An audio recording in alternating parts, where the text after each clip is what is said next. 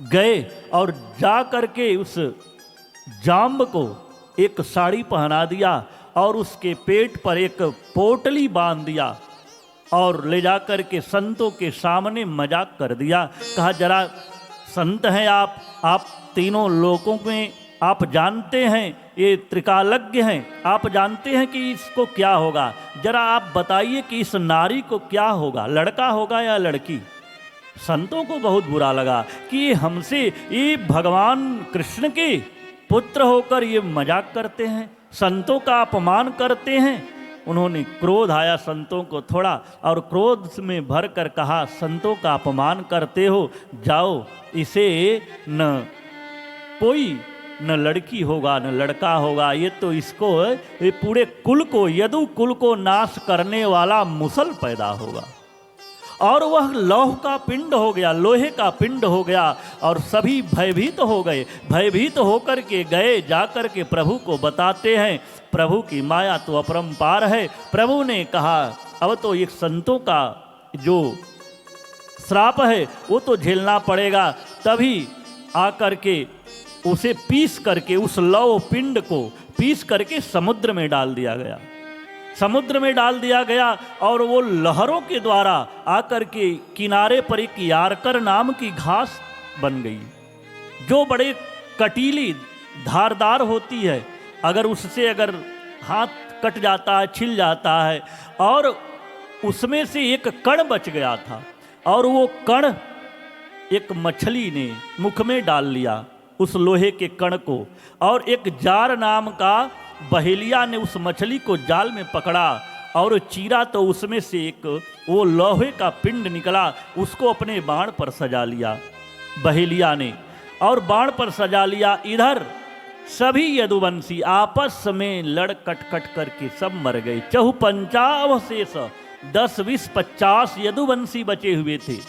और उसी समय तुरंत उस समय जो शेषा अवतार हैं वह सीधा अपने उस समुद्र में, क्षीर सागर में समाहित हो जाते हैं।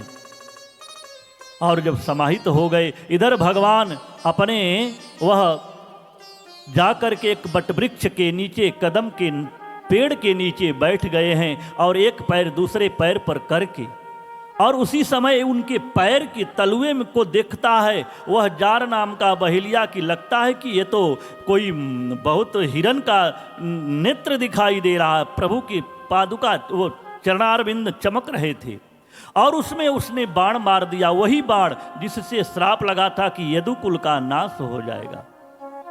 प्रभु को बाण लगा, प्रभु अब अपने धाम को जाने लगे। इधर यह देख करके दृश्य, उस समय आते हैं अर्जुन, उस समय अर्जुन आते हैं, अर्जुन रोने लगते हैं। अर्जुन से कहा प्रभु ने कि अर्जुन रोने का समय नहीं है, जाओ और जा कर के जितने इस द्वारिका में हमारी पत्नियां बची हैं, कुछ जो लोग बचे हैं उनको ले जा कर के वृंदावन में स्थापित कर दो, क्योंकि हमारे जाने के बाद ये द्वारिका पूरी समुद्र में समाहित हो जाएगी।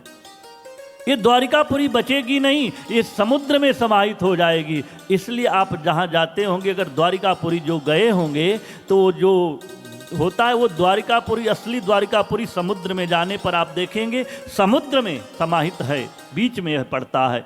तो वो प्रभु ने कहा कि आप जाओ और ले जाकर उनको वृंदावन स्थापित कर दो। अर्जुन गए। इधर आज अर्जुन का गांडीव है, सब कुछ है, लेकिन कृष्ण नहीं है। आज असहाय हो गए। आज उनको सभी डाकुओं ने घेर लिया और उनका गांडीव धरा का धरा रह गया और उनको सब लूट लेते हैं। सज्जनों, जब तक प्रभु की कृपा होती है, हम बलवान हैं, हम ताकतवर हैं, हम संपन्न हैं, लेकिन जरा सी प्रभु की कृपा हटी। ये दिखाया प्रभु ने कि अर्जुन, जो तुम्हें अहंकार है ना गांडीव का, ये गांडीव का कमाल नहीं है, हम तुम्हारे साथ हैं तो तुम्हारा यह सारा कार्य संपन्न हो रहा है। जरा सा हमारे जाने के बाद वही अर्जुन, वही गांडीव, लेकिन लाचार हो गई, कुछ नहीं कर पाए। डाकुओं ने घेर लिया परवश हो गए, कुछ नहीं कर पाए। और जिस लेकर के जा रहे थे द्वारिकापुरी से, उनके परिवार को सब डाकुओं ने छीन लिया, जितने गहने थे, सोने थे। तो प्रभु ने दिखाया कि नहीं, यह जब तक आप हमारे साथ हो, आप हमसे जुड़ाव लगा है परमात्मा से, तब तक आप चाहे कोई भी हो, हम हो, शक्तिशाली हैं, धनवान है, वैभव है, संपदा है, लेकिन परमात्मा से जब विमुख हो जाते हैं तो फिर हमारा वह कल्याण होने वाला नहीं है। और इधर ये खबर आकर के अर्जुन ने अपने भाइयों को दिया। भाइयों ने के सामने जब यह कहा, उसी समय कुंती माता थी। कुंती माता सुनते ही कि मेरे प्रभु अब धाम को चले गए, अब प्रभु यहाँ पर नहीं हैं, कुंती माता ने अपने प्राण का त्याग कर देती हैं, वहीं गिरती हैं और अपने प्राण का त्याग कर देती हैं। उधर पांचों पांडव, अब उन्होंने कहा कि हम किसके सहारे जिएंगे, हमारा कौन है यहाँ पर। अब हम इस छोटे से नन्हे से जो उत्तरा का गर्भ की रक्षा प्रभु ने किया है, उसी बालक राजा परीक्षित हुए। परीक्षित को, नन्हे से छोटे से बालक को राज तिलक करके पांचों पांडव द्रौपदी के साथ स्वर्गारोहण